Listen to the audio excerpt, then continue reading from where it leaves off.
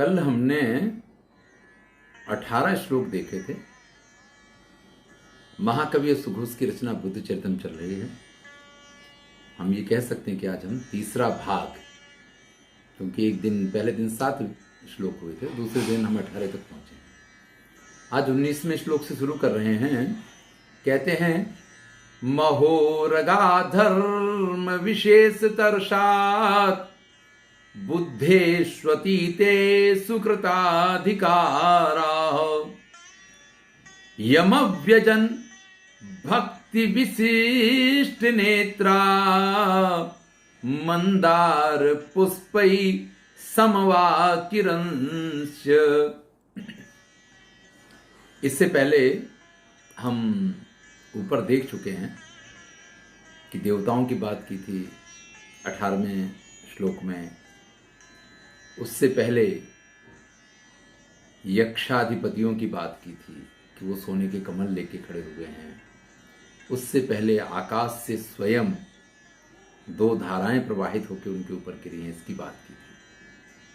तो ये जो हम जानते हैं कि गौतम बुद्ध जो एक बालक के रूप में जिन्होंने जन्म लिया है, इस समय पूरे संसार ने किस प्रकार से अपने रिएक्शन दिए हैं, आप ये समझ लीजिए कि इसकी चर्चा इस कथा प्रसंग में चल रही है। यहाँ पे कहाँ कहाँ से क्या क्या प्रतिसाद आया है या क्या प्रतिभाव आया है, आप ये मान लें कि ये कथा प्रसंग इस समय चल रहा है। तो कहते हैं जो बड़े बड़े सर्प हैं, सर्पों का क्या महिमा भैया? तो सर्पों का महिमा यह है कि पृथ्वी उन्हीं के सिर पे टिकी हुई है। शेषनाग के फण पे ये पृथ्वी टिकी हुई है, इस प्रकार से हम मानते हैं इस कथा को। तो महोरगा धर्म विशेष तर्षा,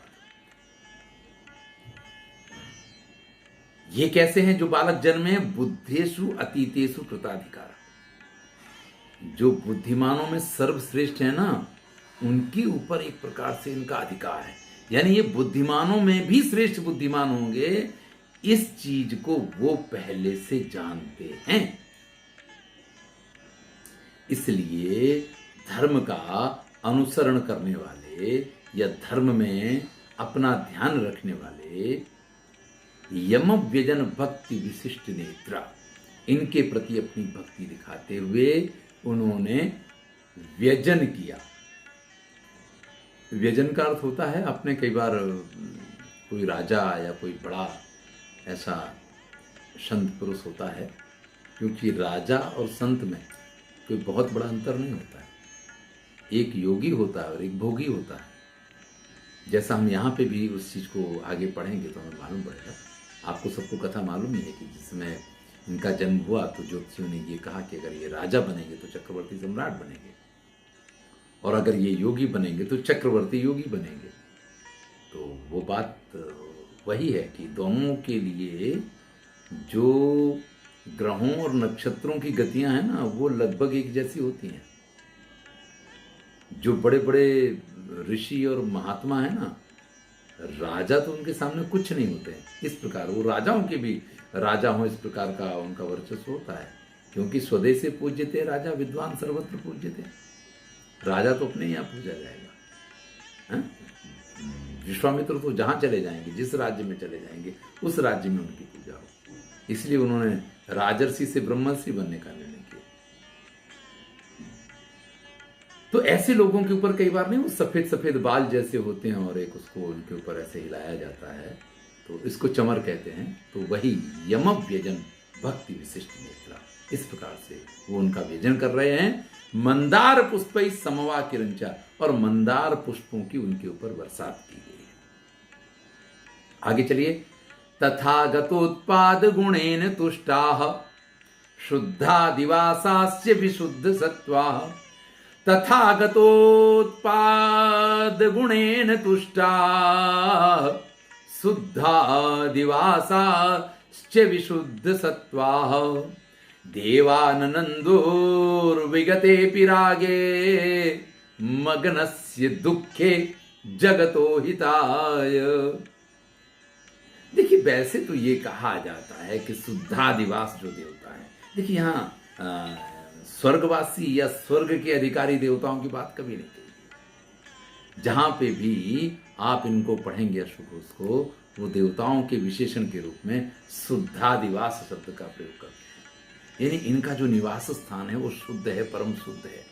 ऐसे शुद्धादिवास, ऐसे उत्तम स्थान के रहने वाले जो विशुद्ध सत्व देवता हैं, देवा ननंदुर विगते पिरागे, उनको कभी किसी के प्रति राग नहीं होता है, उनको कभी किसी के प्रति प्रेम नहीं होता है। देवताओं का कोई सगा नहीं होता, आप ऐसे कह सकते हैं। इसका अर्थ ये हुआ, क्योंकि जिसका कोई सगा उसके प्रति उसको प्रेम होगा, उसके प्रति राग होगा। तो वो विगते पिरागे, वो राग से विगत होने के बाद भी ननंदतु आनंदित हुए। यानी शुद्धादिवास देवता इस बालक के जन्म से वो राग द्वेष से परे हैं, लेकिन फिर भी वो अपरम आनंदित हुए। क्यों? तथागतोत्पाद गुणेन तुष्टः। ये जो बालक उत्पन्न हुआ है ना, तथागत के सभी गुण इसमें विद्यमान है। ये आगे चल के तथागत बनेंगे, ऐसा मन में विचार करके मग्नस्य दुखे जगत होता है। जो ये पूरा संसार दुखों में मग्न रहता है ना, इसको दुखों से बाहर लाने का कार्य ये करने वाले हैं। इसलिए इस बालक के जन्म पे उन शुद्धादिवास देवताओं ने भी आनंद व्यक्त किया है। वो भी आनंदित हुए हैं, वो भी प्रसन्न हुए हैं। इसलिए नहीं कि उनको किसी के प्रति राग द्वेष होता है, राग द्वेष से वो परे हैं, लेकिन फिर भी ये बालक जो संसार में दुखे मग्न से, दुखों में मग्न है, ऐसे जगत के हित के लिए तथागत रूप में सामने आने वाले भाई देवता लोग भविष्य जानते हैं। इस प्रकार से वो आनंदित हुए हैं, देवता लोग इस बात को कहा है। अब यहां देखिए, जगतो दुखे मग्नस्य, संसार कैसा है? जो दुख में मग्न रहता है। मग्नस्य अत्र कहा अर्थः, यहां मग्न का क्या अर्थ है? मग्न का एक अर्थ है उसमें डूबा होना, कि दुख में डूबा हुआ है संसार, और मग्न का एक अर्थ होता है उसमें प्रसन्न रहना, मगन रहना, जिसको कहते हैं ना कि जिसकी जैसी लगन वो उसमें मगन। तो मग्न के दो अर्थ हो जाते हैं। यहां क्या अर्थ लेंगे, ध्यान दीजिएगा, यही बात है। जब आप तीसरा सर्ग पढ़ते हैं तो आपको मालूम पड़ता है कि एक दृश्य ये सिद्धार्थ देखते हैं। क्या दृश्य देखा? कि एक रोगी व्यक्ति है जिसका पेट फूल गया है, और जो हाथ पैर जिसके एकदम पतले हो गए, तो उनको लगता है कि ये क्या है भाई साहब, ये क्या है, ये तो बीमारी है या क्या है, तो प्रकृति है या विकृति है, ऐसा प्रश्न किया है वहां। तो वो सारथी कहता है कि महाराज ये तो रोग है, रोग से पीड़ित है। अब देखिए, हमको सबको ये मालूम है कि हमें रोग हो सकता है। जो सिगरेट वगैरह के पैकेट होते हैं, तंबाकू के पैकेट होते हैं, उनके ऊपर स्पष्ट, मतलब कहीं बिच्छी छापेंगे, कहीं कुछ इस तरीके का छापेंगे, उस पर स्पेशल बड़े बड़े शब्दों में चेतावनी लिखी जाती है कि ये स्वास्थ्य के लिए हानिकारक है, और फिर भी लोग उसका सेवन करते हैं। मतलब हमें मालूम है कि ये जहर है, फिर भी हम उसको खाते हैं। शिव है इसलिए नहीं, लेकिन उसको उसमें मजा आता है। वो कहते हैं कि नरक का कीड़ा नरक में ही खुश रह सकता है, उसको आप बाहर ले आइए, स्वर्ग में ले आइए, तो वो परेशान हो जाएगा। ये मनुष्य का एक स्वभाव बन जाता है।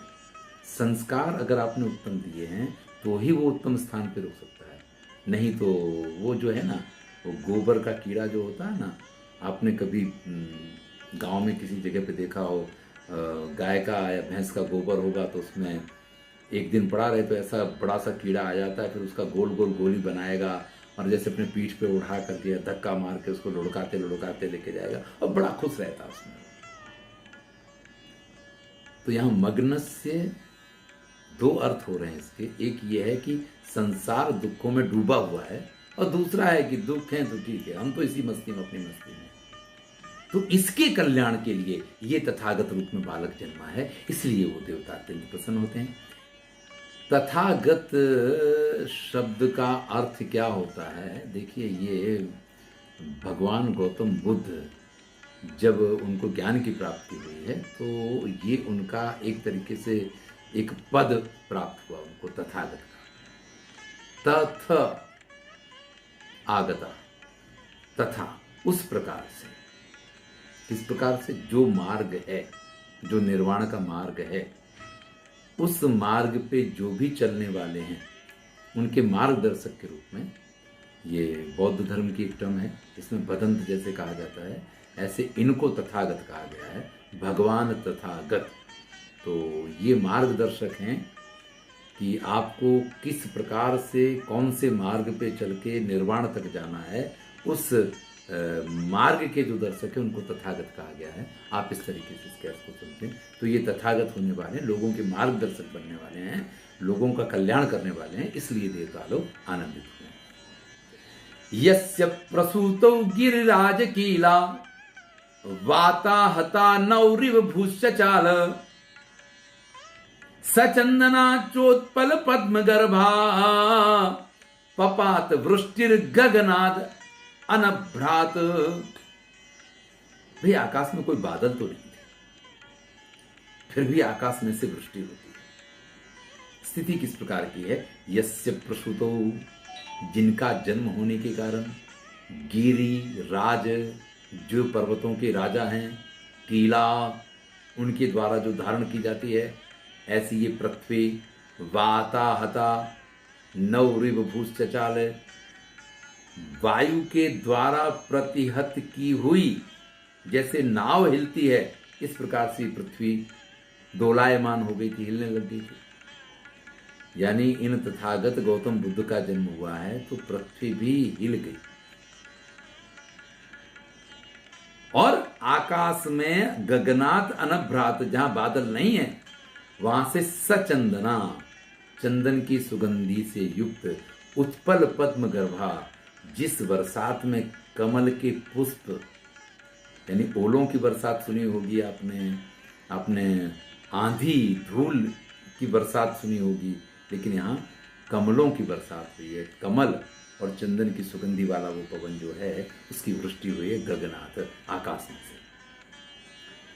वाता वभु स्पर्श सुखा मनोज्ञा दिव्यानि वासांस्यवपातयन्तः सूर्यः स एवाभ्यधिकं चकाशे जज्ज्वाल सौम्यार चिरनीरितोग्नि। वातावरण कैसा हो गया है कि पवन बह रहा है, पर कैसा पवन बह रहा है? स्पर्श सुखा, जिसका स्पर्श सुख कारक है, आनंद देने वाला है। मनोज्ञा, मन को जो आनंदित करने वाला है। दिव्यानि वासांसी अवपातयन्ता, दिव्य वस्त्रों को जो गिराने वाला है। अब देखिए, इस वाक्य का अर्थ आप सीधा सीधा नहीं समझ सकते हैं। मैंने इसको समझने के लिए जब इसका ट्रांसलेशन नीचे देखा तो यहाँ इन्होंने ये लिख दिया है, आपकी स्क्रीन पे भी दिखा रहा है कि मन को लुभाने वाली वायु उत्तम वस्त्रों की वर्षा करती हुई बहने लगी। उत्तम वस्त्रों की वर्षा वायु करे, ये बात कुछ समझ में आने वाली नहीं है।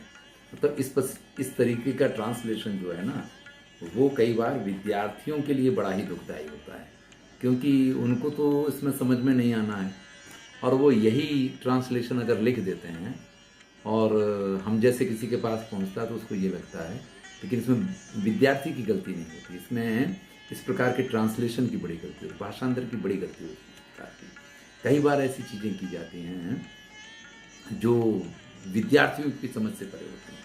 यहाँ वासांस से अवपातयन्तः का अर्थ होता है। देखिए, एक पवन ऐसा बहता है, यहाँ हवा का विशेषण है, हवा ये कार्य कर रही है, और पवन जब इस कार्य को कर रहे हैं तो एक पवन ऐसा होता है कि आपके वस्त्रों का आप कितनी भी कोशिश करें, आप लपेटने की कोशिश करें ना, और वो उड़ा ले जाएगा।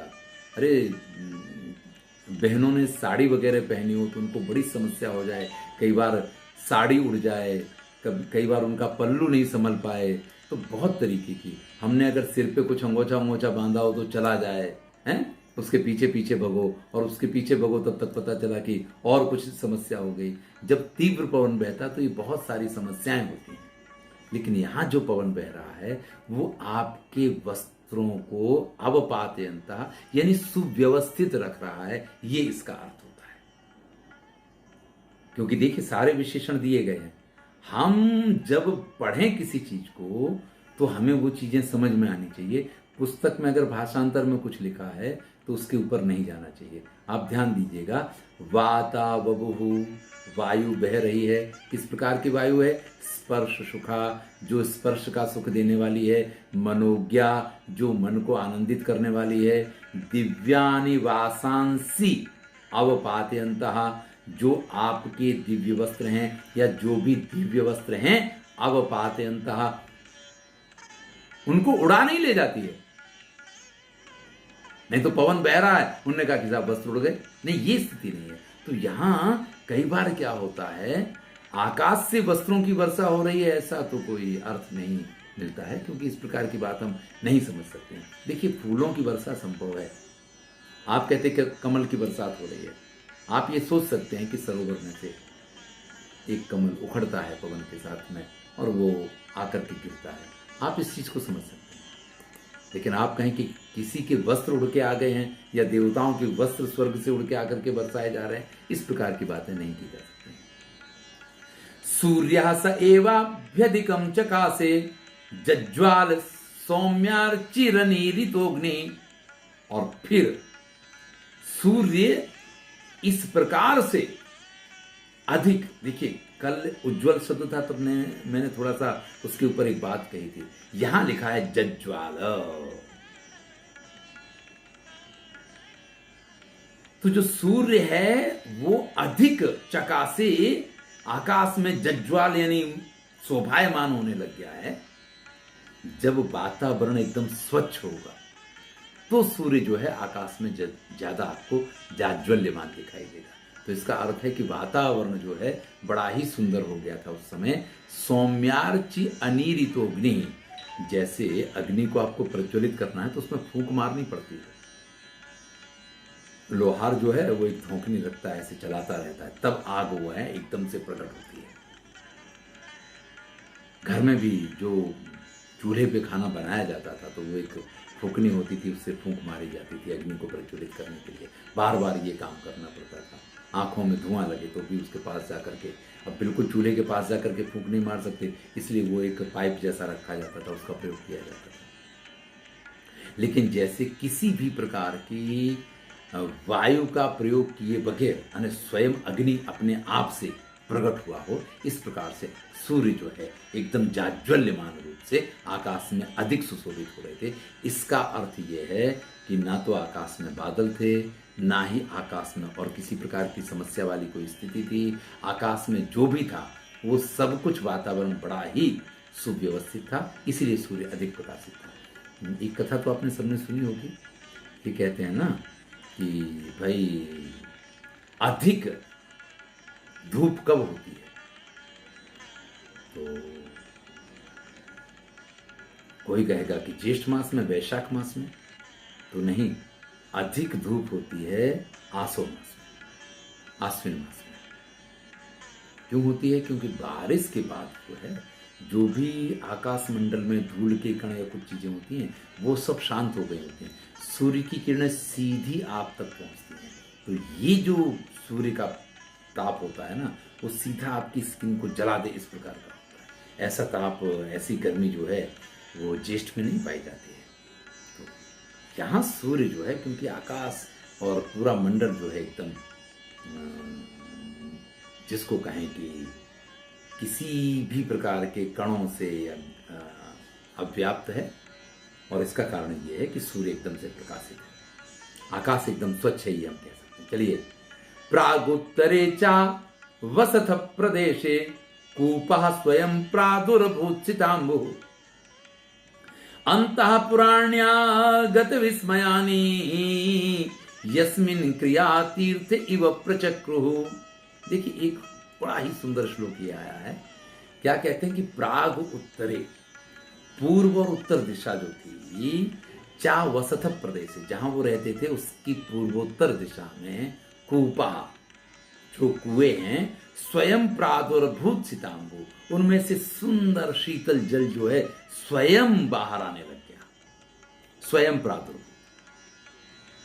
अब मुझे नहीं मालूम है, कई स्थानों पे जल इतना, पृथ्वी पे जल का स्तर ऐसा होता है कि आप मतलब कुआं अगर खुदा है तो हाथ से बाल्टी डुबो के भर सकते हैं, इस प्रकार का जल स्तर भी कई जगह पे होता है।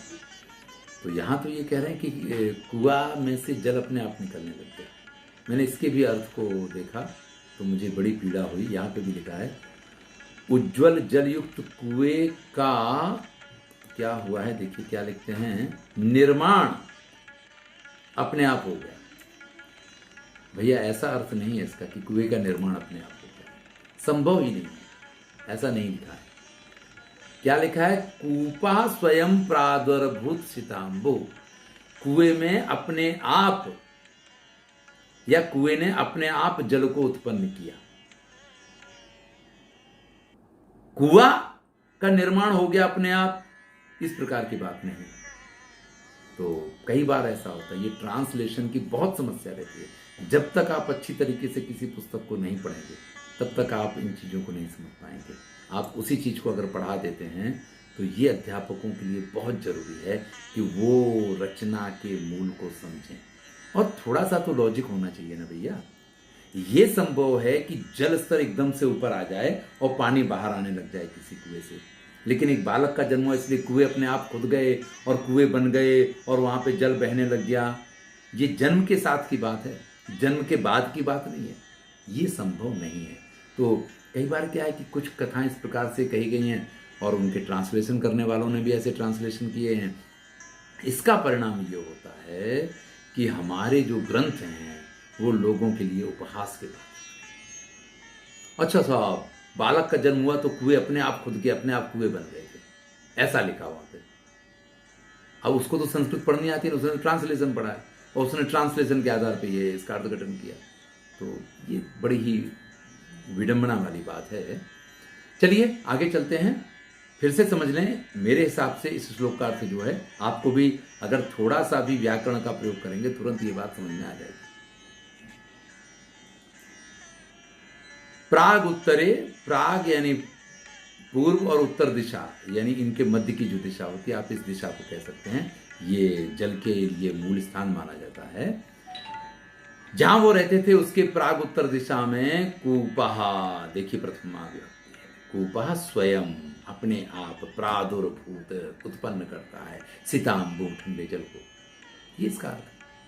अंतः पुराण्यागत विस्मयानी, और इस बात से अंतःपुर की स्त्रियां जो हैं वो अत्यंत आश्चर्यचकित होती हैं। यस्मिन क्रिया तीर्थ इव प्रचक्षु, और उसका पूजन करती हैं कि भाई ये तो तीर्थ जैसी बात होगी, तीर्थों में ऐसा पाया जाता है।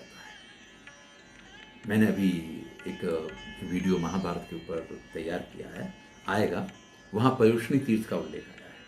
तो मैंने ये कहा कि ये जितने तीर्थ स्थान है ना, ये हमारे महर्षियों द्वारा इस पृथ्वी के ऐसे स्थानों की खोज की गई है जो स्थान कुछ विशिष्ट महत्व रखते हैं, तब वो तीर्थ के रूप में बने। ऐसा नहीं है कि आप कुछ भी कर लें और वो कोई तीर्थ बन जाएगा, ऐसा नहीं हो सकता है। पर्यटन स्थल बन सकता है, लेकिन तीर्थ स्थान का उसको जो दर्जा है वो इस प्रकार से नहीं मिला करता। उसमें कुछ वैशिष्ट होता है, उसका एक अपना महत्व होता है, उसका एक अपना पूरा वैज्ञानिक आधार है उसका। वो ऐसा नहीं है कि हाँ किसी ने कह दिया और ये तीर्थ बन गया, उसके वैज्ञानिक आधार हैं। उस भूमि की अपनी एक ऑरा है, उस भूमि की अपनी एक शक्ति है, और जब ऐसा कुछ होगा तो इस प्रकार की घटनाएं घटित हो जाएंगी। तो इस प्रकार की घटना अंतापुर की उन स्त्रियों ने देखी तो तुरंत ही उस स्थान की, उन कुओं की पूजा करने लग जाती हैं तीर्थ मान करके। तो इस प्रकार का अर्थ होगा। चलिए आगे चलते हैं। धर्मार्थिभिर्भूत गणैश्च दिव्यै तद्दर्शनार्थं वनमापुपूरे कौतूहलेनैव च पादपेभ्यः पुष्पाणि अकाले प्यवपातयद्भिः धर्मार्थी भी भूत गणैः। जो धर्म के मानने वाले हैं, धर्मार्थी, जैसे हम विद्यार्थी हैं, ऐसे जो धर्मार्थी हैं, धर्म ही जिनका साधन है? भूत गणेश्च, और जो भूत गण है, यहां भूत का अर्थ आप क्या करेंगे? प्राणी मात्र कर सकते हैं, या पंच महाभूत जिनके द्वारा ये पूरी सृष्टि संचालित होती है, आप उनकी चर्चा कर सकते हैं। दिव्य ही, ये उन्हीं के विशेषण हैं।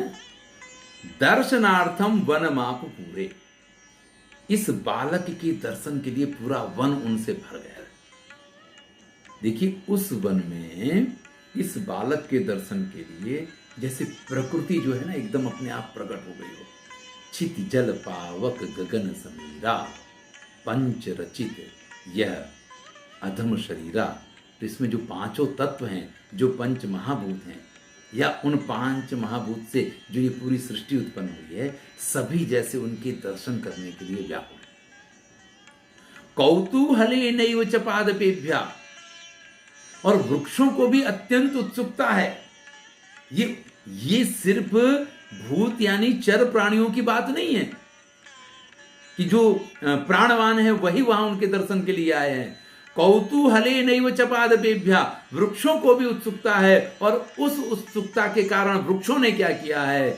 पुष्पाणि अकालेपि अवपाते, समय नहीं था कि उनके ऊपर इस समय पुष्प हों, अकाल होने पर भी उन्होंने पुष्पों की वर्षा की। देखिए, ये वृक्षों का अधिकार है। वृक्ष कब पुष्पों को उत्पन्न करेंगे और कब पुष्पों को वर्षा देंगे, ये उनका अधिकार है। ये है कि प्रकृति का नियम इस जगह पे टूट जाता है, तो कविता इसीलिए तो बनती है, कविता इसीलिए बनती है। तो ये सारी चीजें काव्य में चला करती है। तो कवि लिखते हैं कि इस समय सभी जो प्राणी हैं वो उनके दर्शन के लिए, लेकिन फिर याद कीजिएगा, सभी प्राणियों का अर्थ है जो धर्म के मार्ग का अनुसरण करने वाले प्राणी।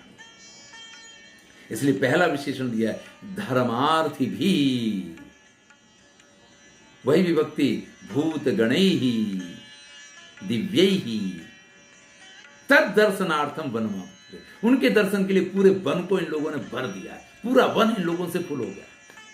और ऐसे वातावरण में वृक्षों ने भी, समय नहीं था फिर भी अकाल में पुष्पों की वर्षा की है, उस पूरे वातावरण को जैसे कि अभिनंदित किया है। भूतैहि असौम्यैहि परित्यक्त हिंसैहि नाकारी पीड़ा स्वगणे परेवा लोके ही सर्वाश्च बिना प्रयासम रुजो नराणाम समयाम बभूव। जो असौम्य भूत थे, जो प्राणी वहां एकत्रित हुए हैं, उसमें कुछ प्राणी हिंसक भी होते हैं ना, उनको असौम्य कहा जाएगा। तो ऐसे जो हिंसक प्राणी थे, परित्यक्त हिंसैहि, उन्होंने अपनी हिंसा का परित्याग कर दिया। भाई, एक जगह पे सभी प्राणी एकत्रित कब हो पाएंगे? मृग आएगा तो शेर नहीं आ सकता, शेर आएगा तो फिर तो कोई आ ही नहीं सकता। लेकिन यहां क्यों, कैसे सब एकत्रित हो पाए हैं, उस चीज का क्लैरिफिकेशन एक तरीके से दे रहे हैं कि भूत ही असौम्य ही, जो उसमें से असौम्य यानी हिंसक जो प्राणी थे, परित्यक्त हिंसा ही, उन्होंने हिंसा का परित्याग कर दिया है। नाकारी पीड़ा स्वगणे परेवा, वो अपने गण के लोगों को या दूसरे गण के लोगों को पीड़ा नहीं पहुंचा रहे। देखिए, ये उत्तम लोगों की निशानी हमेशा बताई गई है। ये रामायण में भी इसका उल्लेख पाया जाता है, महाभारत में भी इसका उल्लेख पाया जाता है कि कोई तपस्वी जब किसी जगह बड़ी तपस्या करता है, वो तपस्वी बड़ा सिद्ध हो जाता है, तो उसके आश्रम में इस प्रकार की स्थितियां हो जाती हैं कि वहाँ हिंसक प्राणी तो आ ही नहीं सकते हैं। आपने अभिज्ञान शाकुंतल में भी इस वर्णन को सुना होगा। स्वप्नवासुदत्तम में भी आता है, विश्राब्धा हरिणाश्चरन्त्य चकिता देशागत प्रत्यया, वहां पे भी ये बात आई है कि यहाँ हिरण जो है निश्चित रूप से चल रहे हैं, क्योंकि इस देश, इस आश्रम पे उनको विश्वास है कि यहाँ उनके साथ कोई हिंसा नहीं हो सकती। बाकी तो हिरण बेचारा एक कौर खाएगा और फिर इधर उधर देखता है कि कहीं से कोई मेरे ऊपर आक्रमण तो नहीं करता है, तो हमेशा चंचल रहता है। लेकिन वहाँ विश्रब्धम हरिणाश्चरन्ति, तो वही बात यहाँ है कि अपने गणों को या अन्य साथियों को वो पीड़ा नहीं पहुंचा रहे थे। जो हिंसक प्राणी उन्होंने हिंसा छोड़ दी थी। लोके ही सर्वाश्च बिना प्रयासम रुजु नराणाम समयाम बभू। और क्या कहते हैं, इस संसार में जितने लोग थे बिना प्रयासम, बिना किसी इलाज के, बिना किसी प्रयास के, रुजो जो उनके रोग थे, किसके, नराणाम लोगों के जो रोग थे, समयाम बभू वो शांत हो गए, उनका समन हो गया। भैया ऐसे में अगर इनका जन्म हो जाए तो ये कोरोना का समन हो जाए, अपने आप सब रोग दूर हो गए। इस प्रकार का उल्लेख। तो लोके यानी इस संसार में सर्वाश्च नराणाम जितने मनुष्य थे बिना प्रयासम, बिना प्रयास के, रुजो समयाम बभूवु उनके रोग जो है एकदम समन हो गए, शांत हो गए, दूर हो गए। कलम प्रणेदु मृग पक्षिणश्च शांताम बुवाह सरितो बभूवु दिशा प्रसेदुर्विमले निरभ्रे विहाय से दुंदुभयो नृदे निनेदु। मृग और पक्षी जो हैं वो कल कल कल कल कलम प्रणेदु। जब व्यक्ति बड़ा आनंद में होता है ना, देखिए कभी आप क्लास में जाए ना वर्ग में, तो आपको मालूम पड़ेगा अध्यापक के आने बाद तो वर्ग कैसा होता है, एकदम शांत हो जाता है। और आप बाहर निकलो फिर देखो क्या कल कल कल कल कल कल कल कल सब विद्यार्थी कैसे एक दूसरे के साथ ऐसे बात करते हैं जैसे इससे ज्यादा तो आनंद का दूसरा कोई क्षण हो ही नहीं सकता। तो यहाँ जो प्राणी हैं, पक्षी जो हैं, मृग पक्षिणस्य, मृग का अर्थ प्राणी होता है, और पक्षिणस्य कलम प्रणेदु, जैसे आनंद कर रहे हो, इस प्रकार से उनका कलरव हो रहा है, कल कल कल कल आवाजें कर रहे हैं।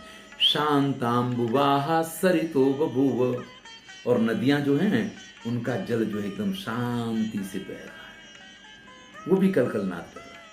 ये नहीं कि बाढ़ आ गई है, पूर आ गया है, सब कुछ डुबोया जा रहा है। देखिए दिल्ली की हालत आज दिखा रहे थे, आज मैंने न्यूज देखी तो उन्होंने कहा कि गुड़गांव में सब जगह पानी पानी पानी पानी, अभी कभी मुंबई में पानी, कभी दिल्ली में पानी, कभी सूरत में पानी, कभी अहमदाबाद में पानी। अरे भाई पानी निकलने का कोई रास्ता ही नहीं आपने छोड़ा है, तो बारिश का पानी जाएगा कहाँ? भाई जितनी भी कच्ची जमीनें थी इन शहरों की, वो सारी कच्ची जमीनें आज पक्की हो गई हैं। जो हमारी सोसाइटियां वगैरह हैं, हमारे रहने के लिए जो कॉलोनियां हैं, उन कॉलोनियों में भी क्या है कि जो रोड आरसीसी पक्के बनाए गए और उसके बगल में और ब्लॉक ब्लॉक लगा करके उसको, मतलब ब्यूटिफिकेशन के नाम पे जो कुछ किया गया है, जल को जमीन के अंदर जाने के आपने रास्ते ही सारे बंद कर दिए, कोई रास्ता ही नहीं। परिणाम क्या होगा, जितनी भी बरसात होगी वो पूरा पानी बहना है, और उसको बहने के लिए कोई ना कोई मार्ग चाहिए। अब रोड ही एक रास्ता रह गया है, तो सभी कॉलोनियों का पानी रोड पे आता है। अब जब तक वो रोड पे से बह करके नहीं चला जाएगा तब तक आपके रोड पे भरा रहेगा। आप कितनी भी कोशिश कर लें, आप कहें हमने अंडरलाइन, ये गटर लाइन की व्यवस्था बनाई, उसकी व्यवस्था बनाई है, ये सारी व्यवस्थाएं उस समय फेल हो जाती हैं जब प्रकृति अपने आनंद के साथ बरसात करती है। यहाँ वर्णन है कि नदियां एकदम शांत प्रवाह से बह रही हैं, दिशा प्रसेदुर विमले, सभी दिशाएं एकदम आनंदित हैं, विमल हैं, यानी कहीं किसी तरफ कोई अस्वच्छता का वातावरण नहीं, सर्वत्र स्वच्छता दिखाई दे रही है। विहाय से दुंदुभयो निनेदु, और आकाश में बादल तो नहीं है, बादल हो तो बादलों की गर्जना आपको समझ में आए, लेकिन फिर भी दुंदुभी का नाद आकाश से सुनाई दे रहा है, जैसे कि देवता प्रसन्न होकर के दुंदुभी बजा रहे हो, इस प्रकार की अनुभूति हो रही है। लोकस्य मोक्षाय गुरु प्रसूते, भाई लोक के कल्याण के लिए गुरुदेव का जन्म हुआ है, गुरु प्रसूते। समम प्रपेदे जगत अव्यवस्थम, इसलिए ये जो संसार वास्तव में अव्यवस्थित था, समम प्रपेदे, वो शांत हो गया है। देखिए कितनी सुंदर बात। लोकस्य मोक्षाय गुरौ प्रसूते समम प्रपेदे जगत अव्यवस्थम प्राश्वेव नाथम खलु नीतिमंतम एको नमारो मुदमापलोके। ये पूरा संसार, इसको मोक्ष दिलाने के लिए गुरु प्रसूते, गुरुदेव का जन्म हुआ है। ये सोच करके, ये जो संसार अव्यवस्थित था, समम प्रपेदे, एकदम शांत हो गया है।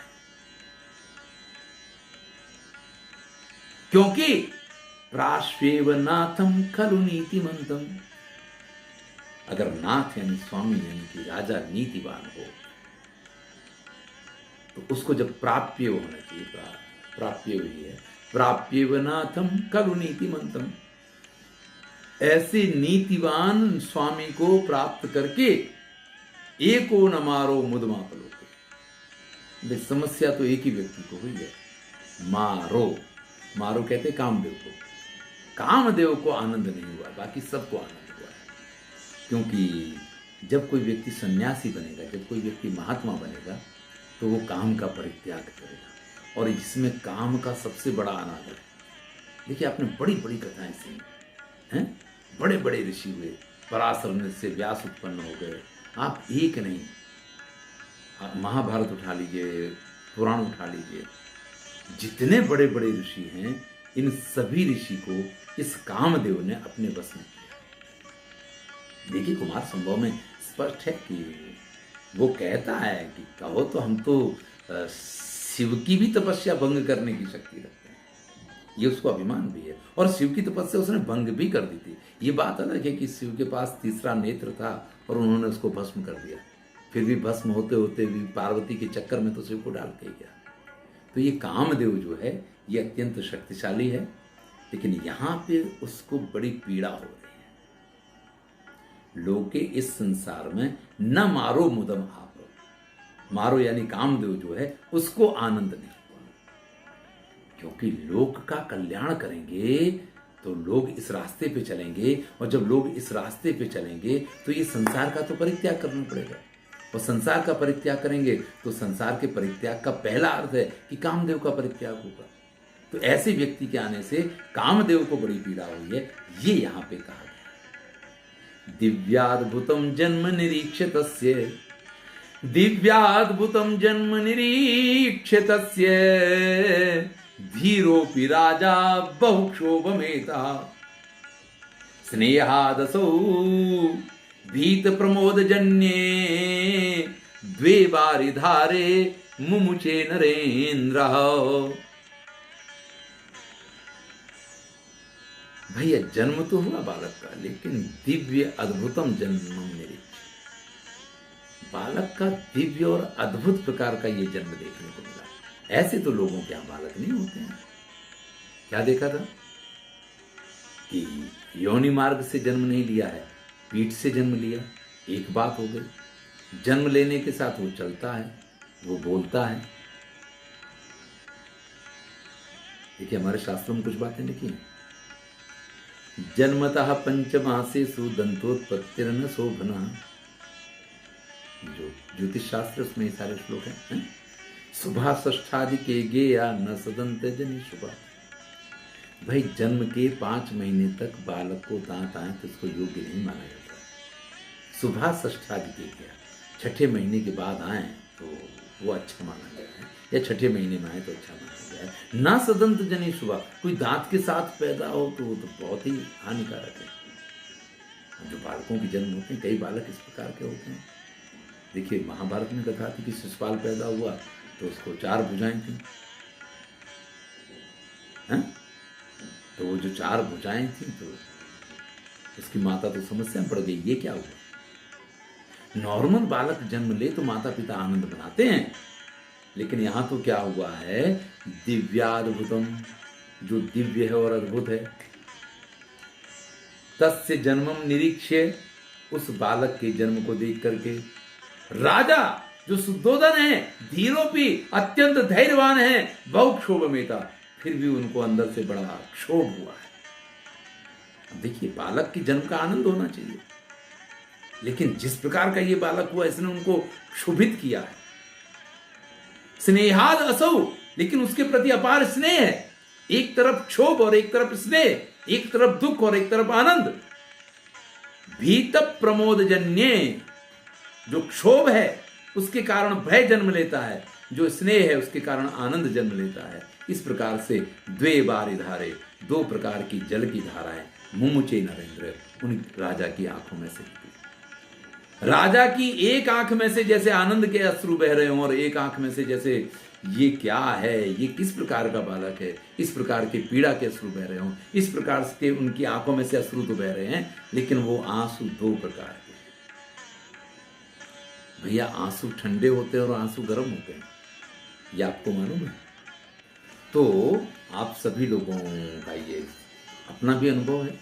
तो मैंने आपसे कहा कि जब आनंद के अश्रु आते हैं तो वो अचानक से सीधी आंखें डबडबा जाती है और आंसू बाहर आ जाते हैं, तो उसमें कोई प्रोसेस नहीं होती। लेकिन दुख के जो आंसू हैं वो अंदर तक आप जलते हैं, एक आग जलती है, और उसकी वजह से जब वो पूरी प्रक्रिया होकर के वो आंसू बाहर आते हैं तो वो आंसू गर्म होते हैं।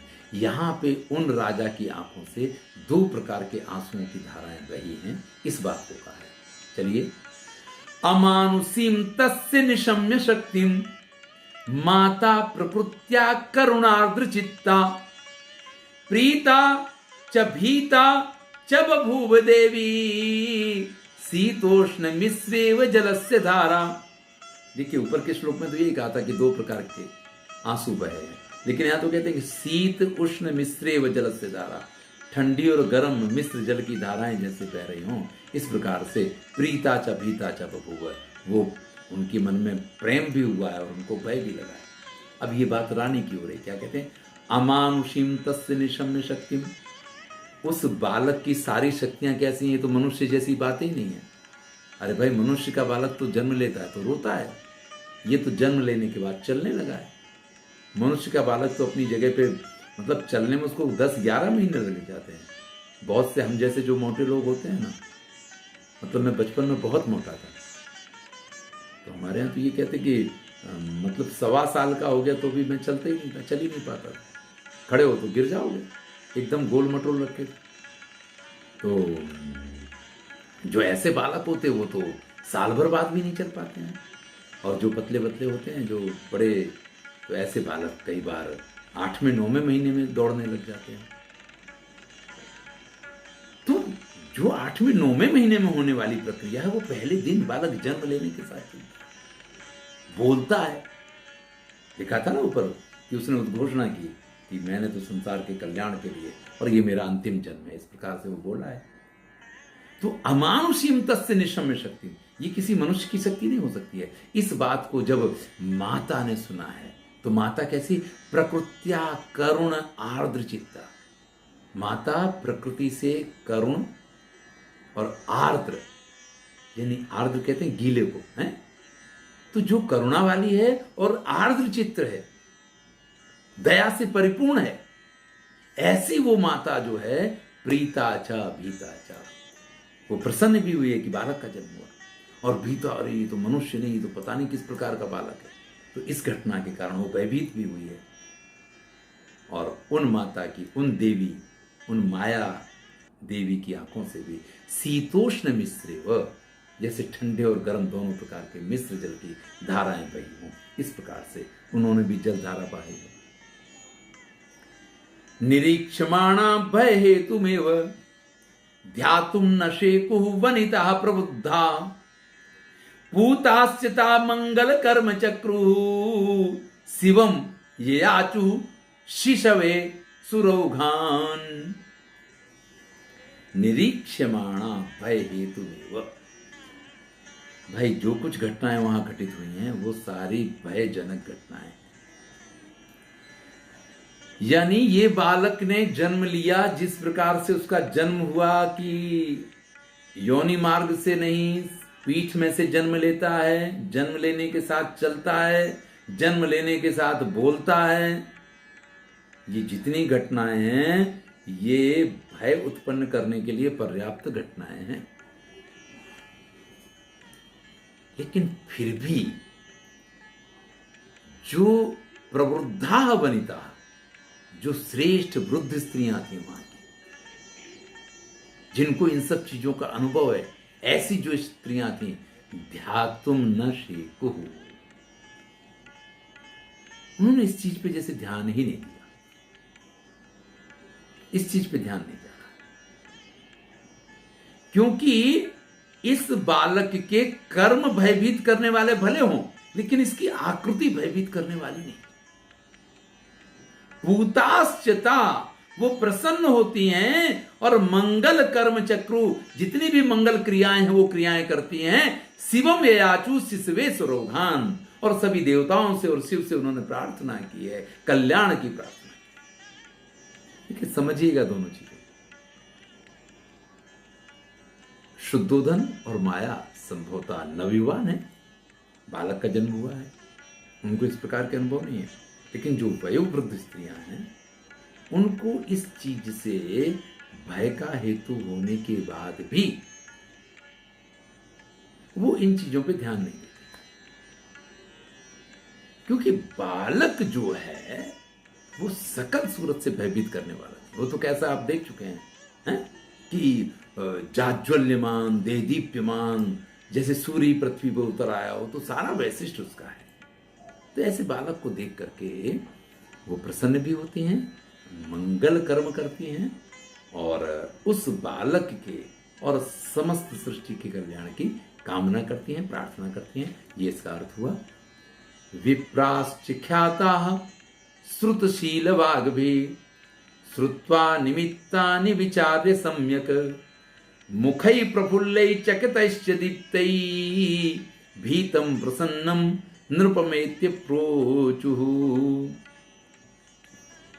जो ब्राह्मण हैं ख्याता, जो प्रसिद्ध ब्राह्मण है भाई, जिनको इसमें बड़ा नाम मिल गया हो कि नहीं ये बड़े अच्छे ज्योतिषी हैं, ये इनको सब चीजें बड़ी अच्छी तरीके से मालूम पड़ती हैं, बड़ा समय लगता है इनका, लेकिन हमारी ज्योतिष विद्या है बड़ी सफल विद्या। मैंने इस चीज का अनुभव किया है। मैं मथुरा जब पढ़ा करता था तो वहां एक गुरुजी थे, श्याम सुंदर चतुर्वेदी जी। वो वर्ष पत्री बनाते थे, 365 पन्ने में वर्ष फल लिखा करते थे। इसमें मुंथा फल और बहुत सारी चीजें होती, ज्योतिष वाले विद्यार्थियों को पता होगा। तो वो एक एक दिन का भविष्य फल लिखते थे कि आज आपके साथ इस प्रकार की घटनाओं की संभावना है, और वो इतना सटीक जाता था। अब एक मुंबई के किसी सेठ को, नहीं सॉरी दिल्ली के किसी सेठ को ये पता चला कि भाई बहुत बड़े ज्योतिषी हैं वो। मैं उस समय विद्यालय में था और इस प्रकार की घटना जो घटित हुई मैं उसका साक्षी हूं। वो वहां पे आए और उनके मन में पूरी तरीके से ये थी कि इनकी परीक्षा है। तो वो आए और उन्होंने कहा कि हमें एक अपनी जन्म पत्री दिखानी है। अब देखिए जन्म पत्री देख के कुछ बताया जाए वो सारी चीजें अलग हैं, लेकिन वो तो ऐसे जैसे कि चेहरे को देख करके और उससे भी, या प्रश्न किया तो प्रश्न कुंडली के आधार पे, और उन्होंने तुरंत ये कहा कि भाई आप इस समय यहाँ कैसे हैं, आपकी आवश्यकता इस समय आपके निवास स्थान पे। बस इतना उन्होंने कहा।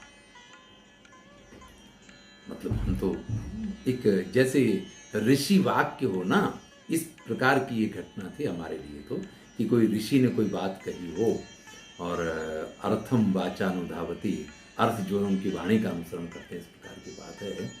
अब उस समय मोबाइल तो हुआ नहीं करते थे कि मोबाइल पे तुरंत कॉल आ जाए, लेकिन फिर भी एक व्यक्ति उनको ढूंढता ढूंढता मंदिर, द्वारकाधीश का मंदिर है मथुरा में, उसी मंदिर के ऊपर विद्यालय हुआ करता था जहाँ मैं पढ़ता था। वो मंदिर दर्शन के लिए आए, इसलिए एक व्यक्ति पीछे पीछे दौड़ता दौड़ता आता है और वहाँ उनको ढूंढ रहा है और दौड़ता हुआ स्कूल में आकर के पहुँचता है और उनसे कहता है कि जल्दी दिल्ली चलिए, लड़के का एक्सीडेंट हो गया। मतलब हमारे लिए बिल्कुल कल्पनातीत बात थी। मतलब ये सोच नहीं सकते हैं कि ज्योतिष से कोई इस प्रकार से इतना जान सकता है, इतना ज्ञानी हो सकता है। और ये बिल्कुल अभी की बात है। मतलब मेरे बचपन, और श्याम सुंदर चतुर्वेदी जी तो अभी 3 साल पहले तक वो जिंदा थे। तो ये ज्योतिष विद्या जो है बड़ी सफल विद्या है। तो यहां विप्राश्च ख्याता, ऐसे ब्राह्मण जो बड़े विख्यात थे, श्रुतशील वाग भी श्रुत्वा, लोगों के पास से उन्होंने ये सारी बातें जान के निमित्तानि विचार्य सम्यक, और उन निमित्तों के ऊपर सम्यक विचार करके, वो जो निमित्त वहां पे देखे हैं उन पे अच्छी तरीके से विचार करके मुखै प्रफुल्लै चकितैश्च दीप्तैः, उनके चेहरे तो खिल उठे हैं कि वाह, इस बालक की कुंडली भी देखने का सौभाग्य हमारे नसीब में है, या इस बालक के दर्शन करने का हमारे पास अवसर है। उन्होंने इस चीज को अच्छी तरीके से जान लिया है, इसलिए प्रफुल्ल मुख से, चकित ही, आश्चर्यचकित होकर के, दीप्त ही, अत्यंत प्रफुल्लित होकर के, भीतम प्रसन्नम नृपमेत्य भूतु, जो भयभीत थे और प्रसन्न थे, ऐसे राजा के पास आकर के वो ब्राह्मण कहते हैं, प्रोचु कहते हैं। क्या कह रहे हैं इसको हम अगले श्लोक में देखते हैं।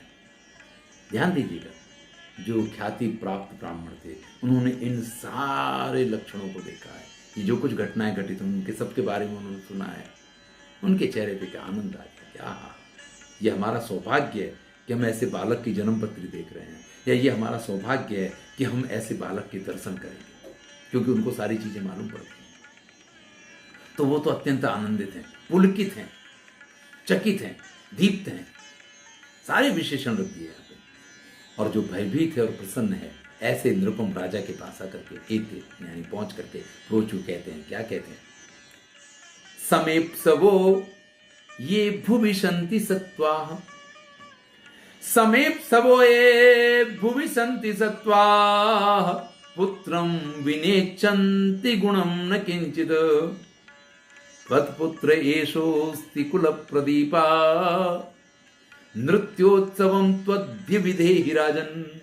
हे राजन, आज आप नृत्योत्सवम विधेहि, नृत्य और उत्सव मनाइए, क्योंकि त्वत्पुत्र, आपका ये जो पुत्र हुआ है, कुल प्रदीपा, कुल को आनंदित करने वाला है, कुल को जाज्वल्यमान प्रदीप्त प्रकाशित करने वाला है।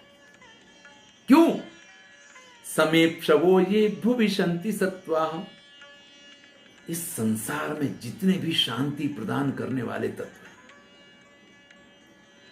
शम यानी शांति, इप्सवो उसको, उसकी इच्छा रखने वाले, ये इस पृथ्वी पर, भुव यानी पृथ्वी पर, संति सत्वा, जो भी सत्व हैं, पुत्रम विनेच्छन्ति गुणम न कश्चित्, आपके पुत्र में वो सारे गुण विद्यमान हैं। यानी इस संसार को शांत करने वाले, इस संसार को आनंदित करने वाले, संसार के जितने उत्तम गुण हैं, वो सारे गुण आपके इस पुत्र में विद्यमान हैं। आपका ये पुत्र कुल का प्रदीप, कुल का दीपक होगा। देखिए, कुलांगार होता है, कुल दीपक होता है। आग तो दोनों लगाते हैं, लेकिन एक दीपक वाली आग है जो प्रकाश देती है, और एक जलाने वाली आग है जो लोगों के घरों को, हृदयों को, सब कुछ जला देती है। एक कुल प्रदीपा है और एक कुलांगारा है।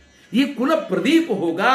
नृत्योत्सवम त्वम अद्य विधेहि, हे राजन, आनंद कीजिए, भय छोड़ दीजिए, भय का कोई कारण ही नहीं है, एकदम आनंद का कारण है, आनंद मनाइए। विहाय चिंताम भव शांत चित्तो, मोदस्व वंशस्तव वृद्धि भागी, लोकस्य नेता तव पुत्र भूता, दुखार्दितानां भुवि एष त्राता। चिंता छोड़ दीजिए, विहाय चिंताम भव शांत चित्तो, एकदम प्रसन्न शांत चित्त हो जाइए, आनंद मग्न हो जाइए। मोदस्व, आनंद मनाइए। वंशस्तव वृद्धि भागी, आपके वंश की अभिवृद्धि करने वाला, आपके वंश का नाम रोशन करने वाला ये आपका पुत्र हुआ है। लोकस्य नेता, ये संसार का मार्गदर्शक बनेगा। नेता, नयतीति नेता, जो आपको लेकर के आगे जाए उसको नेता कहा जाता है। तब पुत्र प्रसूता, ऐसा पुत्र आपके यहां जन्मा है। दुखार्दिता नाम भुवि एष त्राता, इस संसार में जो भी दुख से व्याप्त लोग हैं, दुख से जो परेशान लोग हैं, उनका रक्षक है त्राता, उनको दुख में से मुक्ति दिलाने वाला है। चलेगा, चलिए एक श्लोक और देखते हैं, फिर इसको पूर्ण करेंगे। दीप प्रभोयम कनकोज्वलांगम, सुलक्षणयस्तु समन्वितोस्ति, निधिर्गुणानां समये सगंता, बुद्धर्षि भावम परमां श्रियं वा। दीपक प्रभोयम, दीप की तरह प्रभायुक्त, ये तो पहले भी वर्णन आ चुका है। अब वो ब्राह्मण कह रहे हैं कनकोज्ज्वलांगम, सुवर्ण जैसा जिसका जाज्वल्यमान अंग प्रत्यंग है, ये जो उसके सुलक्षणई, सुंदर सुंदर लक्षणों से यस्तु समन्वित होती, जिस प्रकार से ये युक्त है, यानी दीपक की तरह जाज्वल्यमान, सोने की तरह जो देदीप्यमान है, सुंदर लक्षणों से जो युक्त है, निधिर गुणानाम समये सगंता, ये गुणों का निधि यानी भंडार है। बुद्धर्षि भावम परमाम श्रियम वा, तो आप ये समझ लीजिए कि आने वाले समय में समय सगंता बुद्धर्षि, आप जानिए कि ऋषि, परमाम श्रियम वा या परम चक्रवर्ती सम्राट, दोनों बातें कह दी। ये गुणों का भंडार है।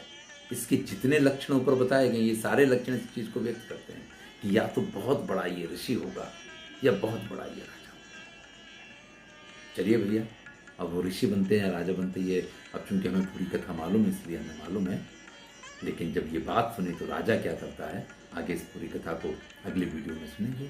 ठीक है, तो आज इसको यहाँ पूर्ण करते हैं। बड़ा सुंदर प्रसंग है और अंत में जब ब्राह्मणों ने वर्णन किया तो मुझे भी बड़ा आनंद आ गया। थोड़ा शुष्क शुष्कता चल रहा था, आपको भी शायद थोड़ा अधिक आनंद आया होगा। तो धन्यवाद।